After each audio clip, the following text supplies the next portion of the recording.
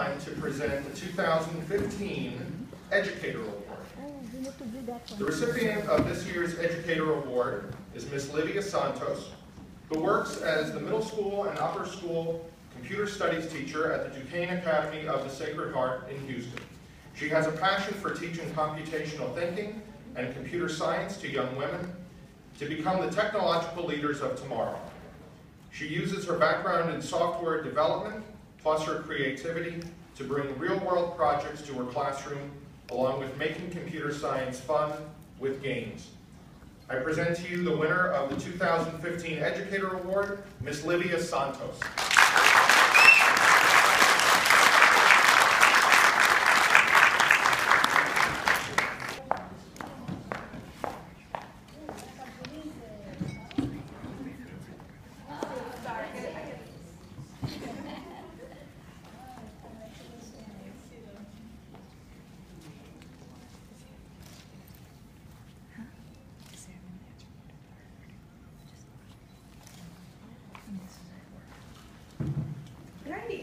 So first off, I'd like to really thank NCWIT for the honor of this award, and also the honor for allowing me to say a few words.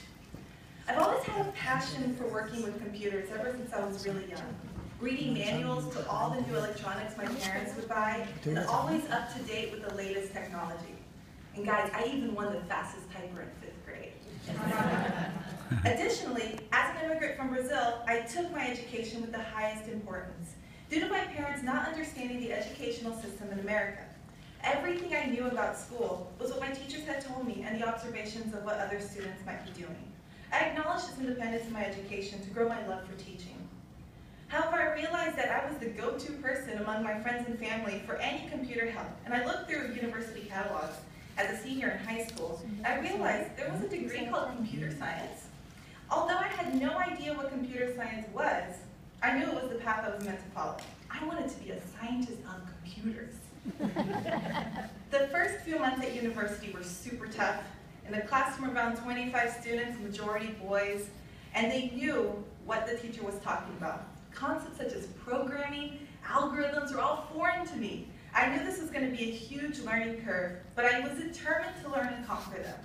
What helped me learn these concepts were taking computer science that focused a lot what I really enjoyed, which were video games. I loved watching my brother play growing up and recognizing the logic and puzzles that went into developing the game, and now I was doing it myself. Integrating video games and my computer science degree helped me learn, and the hard work paid off when I earned my degree from University of Houston in 2008. I wrote and maintained software for companies around Houston. However, that love of teaching still irked me. I decided that although I loved programming in the industry, I looked around and I was still the only female programmer in the company, and it looked like it wasn't changing.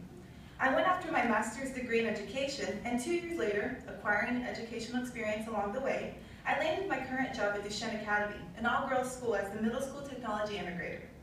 However, with the support of administrators, I helped boost the computer science curriculum in the middle school, and then this year to the upper school to include computer science, programming, computational thinking, game development, and middle school robotics. It's a start, but there's a large gap between men and women in the computing world.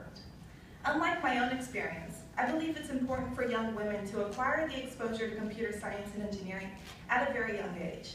Today, although I know it's not too long ago, is a very different world from when I was growing up, with so many resources for students to learn computer science and engineering that it's almost impossible to ignore. When you think of a computer scientist, though, you think of a young man, because it's true.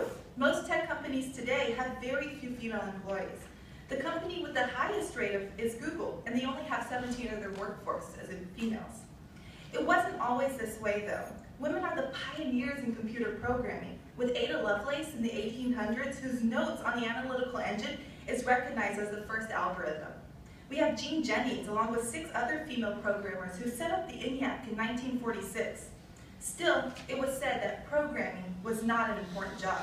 Men were interested in building the hardware, doing the circuitry, and figuring out the machinery. They left the math to the women.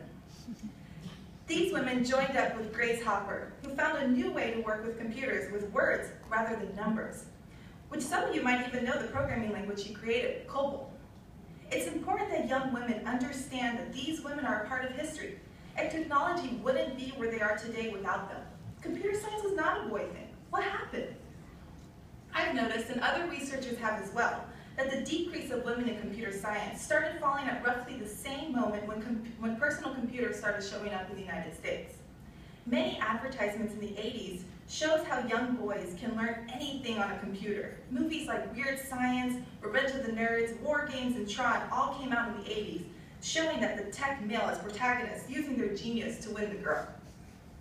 Even today, we can name TV shows, movies, and toys that are directed to boys that are more techy. Since PCs were becoming more popular, computer science professors started to assume that their students had grown up playing with computers. Women who enter computer science classes didn't, and still don't have the same opportunities as men when they were growing up. They might even feel intimidated in computer science classrooms when her peers have a notion of what computer science is. I even felt this way. So what should we do about it? Universities have become aware of the lack of women in their courses.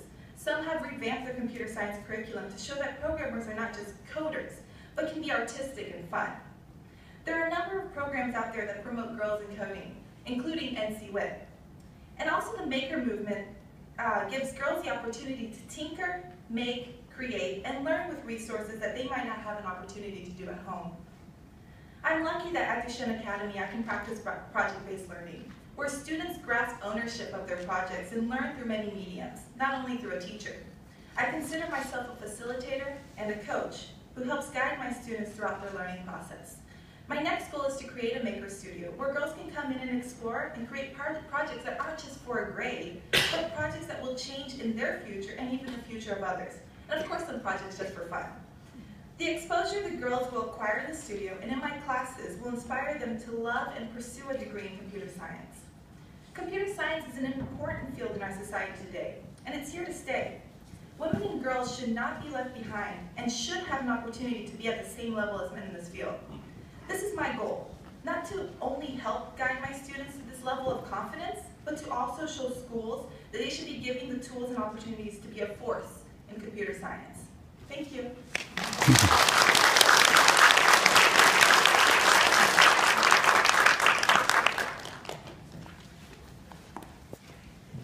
Thank you, Ms. Santos.